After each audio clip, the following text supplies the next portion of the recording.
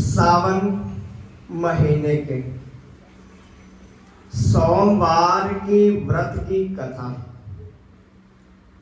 सावन मास के सोमवार के व्रत की विधि जो है वह 16 सोमवार के व्रत के समान ही है।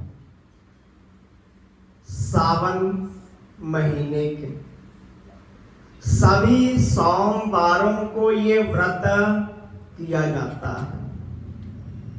सोमवार को सुबह उठ करके स्नान करके बिलपत्र, फूल, जल, दूध, दही, शहद, चंदन आदि से धूप दीप से भगवान शिव जी, पार्वती, गणेश तथा नंदी जी की पूजा करनी चाहिए। और व्रत के दौरान केवल एक बार ही भोजन करना चाहिए और उस भोजन में नमक का प्रयोग ना करें और व्यावहारिक कार्य करते हुए मन, वचन और कर्म शुद्ध होने चाहिए।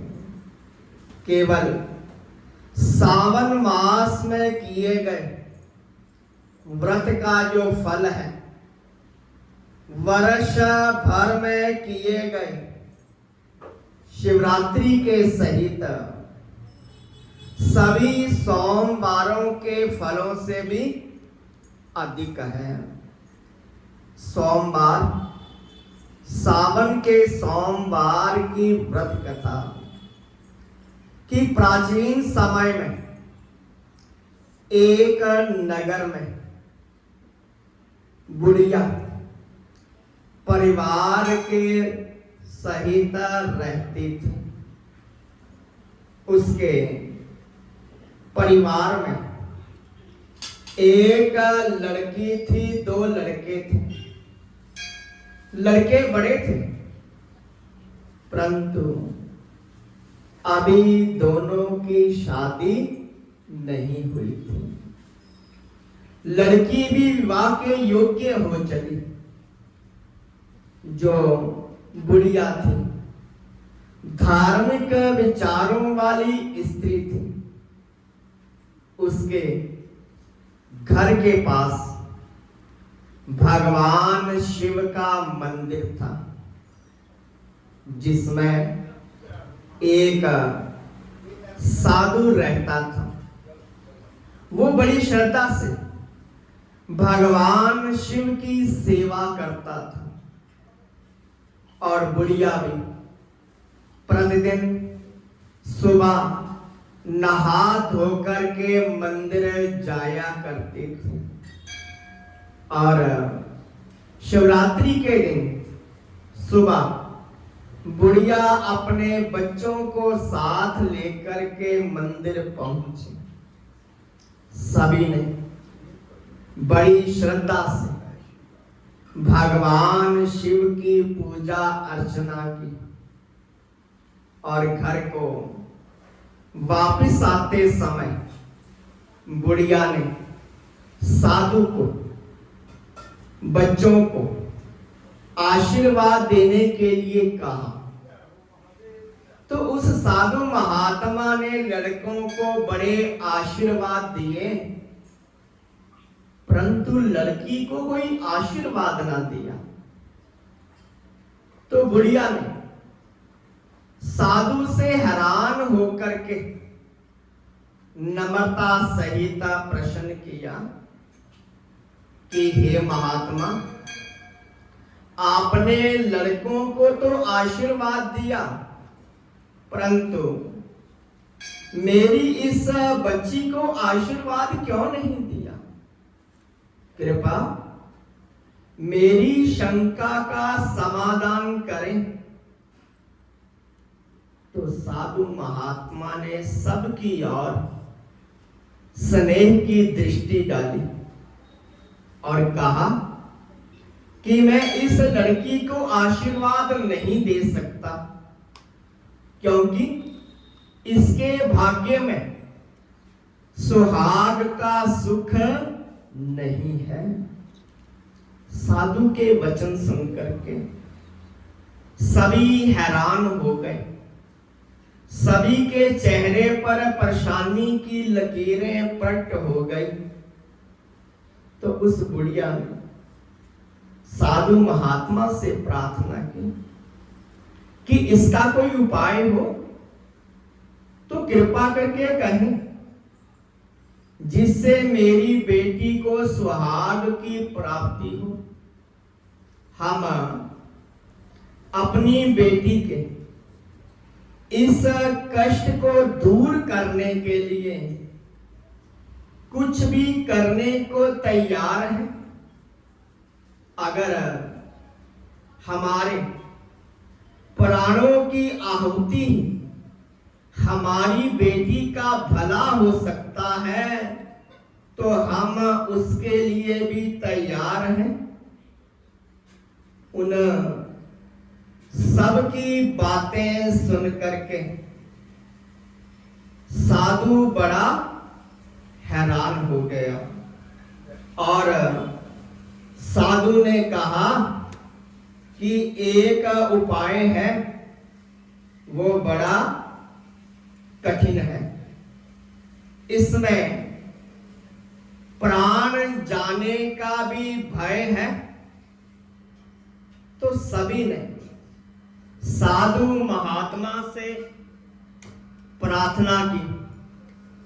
सभी ने साधु महात्मा से प्रार्थना की कि कृपया उस उपाय को हम सब पर प्रकट करें। हम उसे अवश्य करेंगे।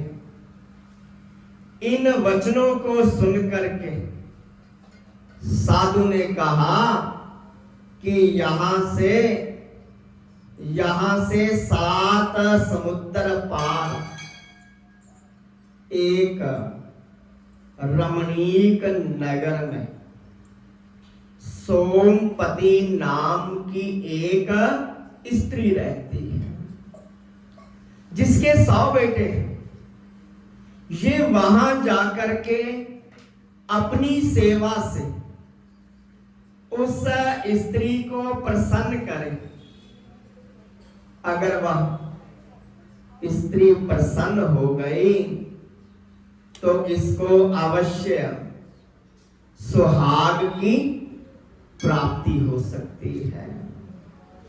आप लोग ऐसा करें कि यहां से 6 समुद्र तो आसानी से पार कर सकते हैं, क्योंकि इनको पार करने के लिए आपको किश्ती मिल सकती है। परंतु 7वें समुद्र को पार करने के लिए कुछ भी ना मिलेगा, क्योंकि वहां पर मनुष्य का जा पाना ही संभव नहीं है। अगर ये लड़की उस 7वें समुद्र को भी पार कर लेगी तो अवश्य ही इसको सौभाग्य की प्राप्ति होगी। तो साधु के कथानुसार सभी भगवान शिव के सहारे शिव भगवान का नाम लेकर के अपने घर से निकल पड़े।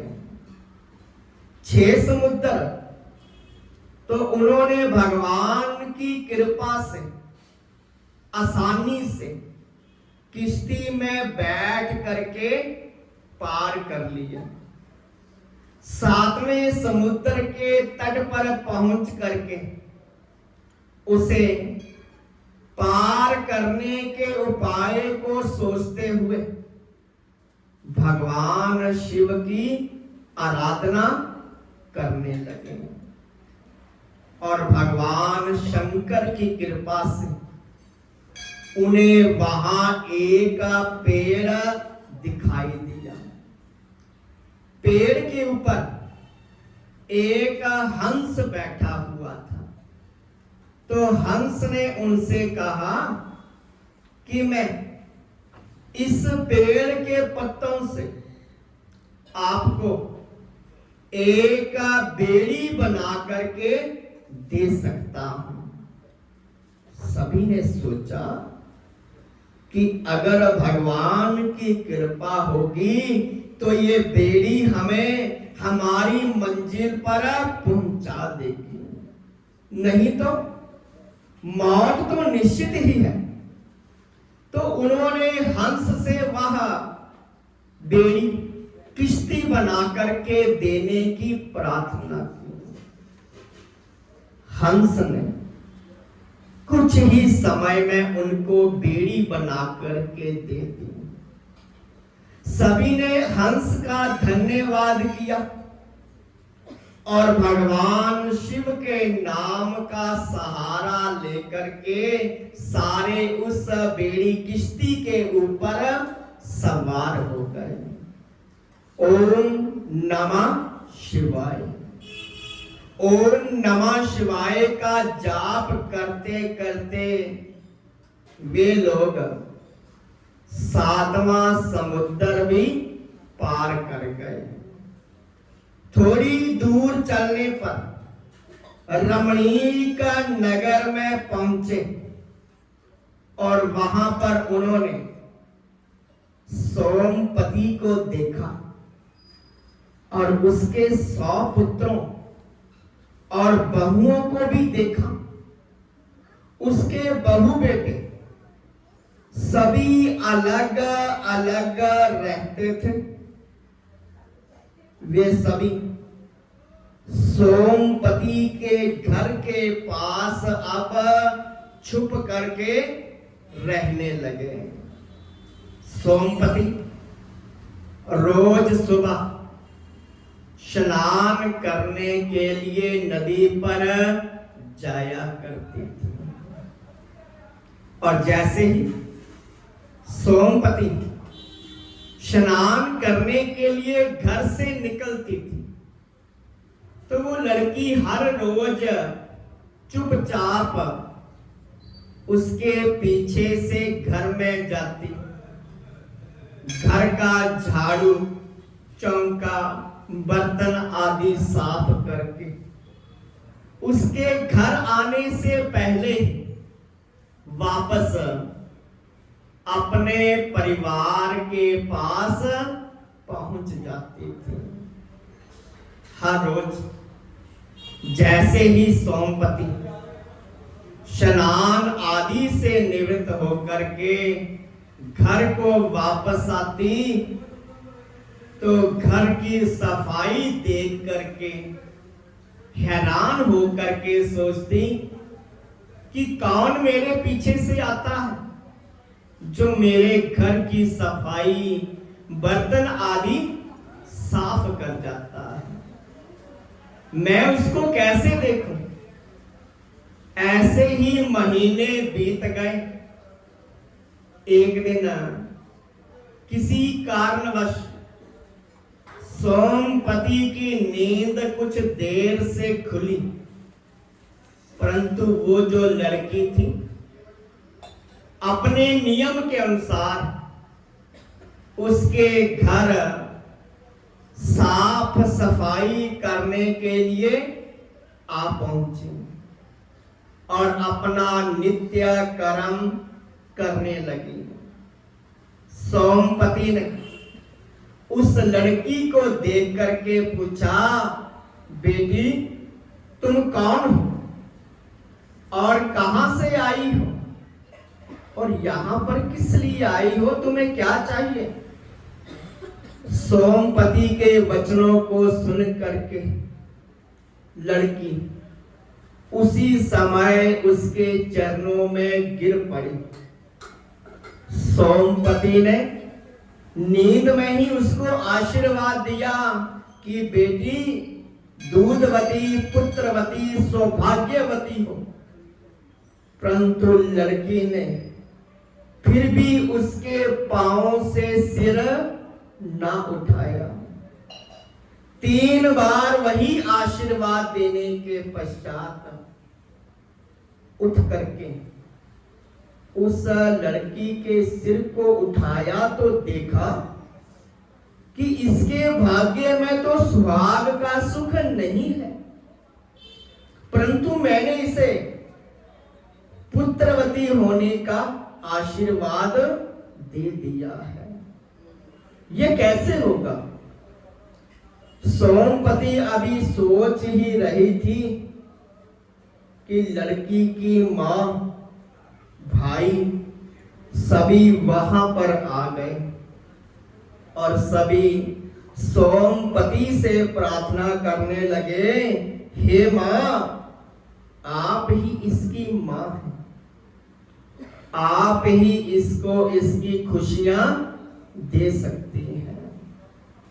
तो मां सोमपति ने कहा कि ठीक है, अगर ये सावन का महीना आने पर, जब भी सावन का महीना आएगा तो ये सारे सोमवार को भगवान शिव का व्रत करें, और ये जो व्रत है सभी को मनवंचित फल प्रदान करने वाले मां पार्वती और भगवान शिव के आशीर्वाद से इसको भी मनवंचित फल अवश्य प्राप्त होगा।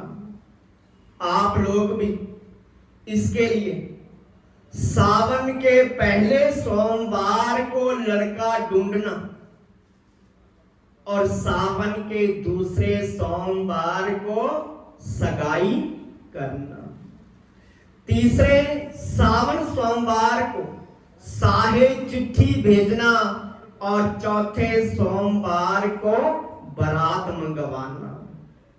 जैसे ही लड़का लगन मंडप में बैठेगा उसी समय वह समा जाएगा। सभी रिश्तेदार भाई बंधु विलाप करेंगे, दुनिया तरह तरह की बातें करेंगी, मगर आप मत रोना, सभी को चुप करवाना और मुझे याद करना, सब ठीक हो जाएगा। तो उन्होंने कहा कि ठीक है मां, हम ऐसा ही करेंगे। सभी सोमपति मां से आशीर्वाद लेकर के अपने घर को चल पड़े। घर वापस आकर के बड़ी श्रद्धा से भगवान की पूजा करते हुए समय व्यतीत करने लगे। लड़की पूरी श्रद्धा भक्ति भाव से सोमवार का व्रत करने लगी, और जैसे ही सावन का महीना आया तो सावन के पहले सोमवार को उसकी मां और भाइयों ने सोमपति के कहे अनुसार, जैसा उन्होंने कहा था कि लड़का देखा, लड़का बड़ा सुंदर था, गुणवान था। दूसरे सोमवार को उन्होंने बड़ी धूमधाम से सगाई की रस्में की, और जब तीसरा सावन का सोमवार आया तो साहे चिट्ठी भेजी। सावन के चौथे सोमवार को बारात लाने को कहा। उन्होंने शादी के दिन घर को अच्छी तरह सजाया, बारात के स्वागत के लिए सजावटी द्वार लगाए गए, गाने बजाने का भी प्रबंध किया गया।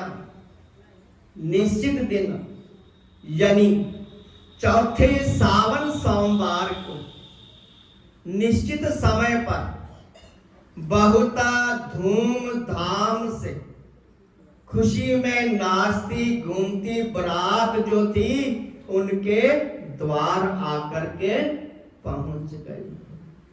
सभी ने मिलकर के बारात का स्वागत किया।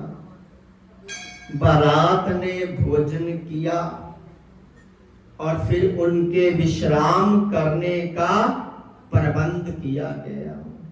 जब लगन का समय आया, लड़के को लगन मंडप में बुलाया गया।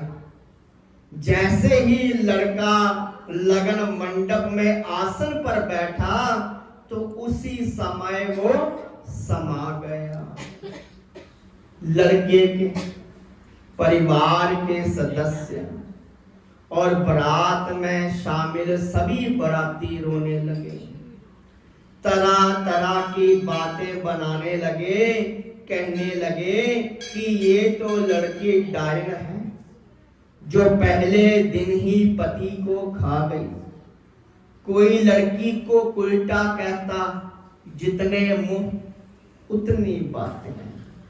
लेकिन लड़की मन ही मन भगवान शिव शंकर और पार्वती को याद करने लगी। ओम नमः शिवाय, ओम नमः शिवाय का जाप करने लगी और कहने लगी, हे भोलेनाथ मेरी इज्जत रखो, मेरे परिवार की इज्जत को बनाए रखो। हे मां पार्वती, तुम सुहाग को देने वाली हो, मेरे सुहाग को जिंदा कर दो। लड़की की मां, भाई, परिवार सहित मां सोमपति को याद करने लगे। वे सभी बारातियों को हिम्मत बंधवा रहे थे कि सभी कुछ ठीक हो जाएगा। तो भगवान शिव शंकर की जो महिमा है वो अपरंपार है। भगवान शिव की महिमा को कोई नहीं जान सकता। तो उनकी पुकार मां सोमपति के कानों तक जा पहुंची।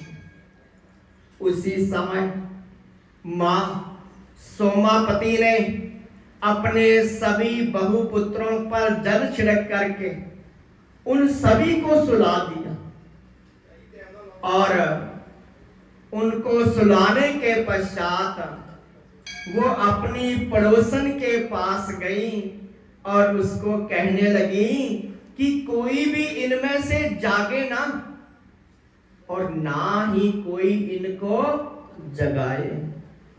अगर कोई जगाएगा या कोई जाग गया वह मृत्यु को प्राप्त हो जाएगा, मर जाएगा। इतना कह करके सोमपति वहां से चल पड़ी।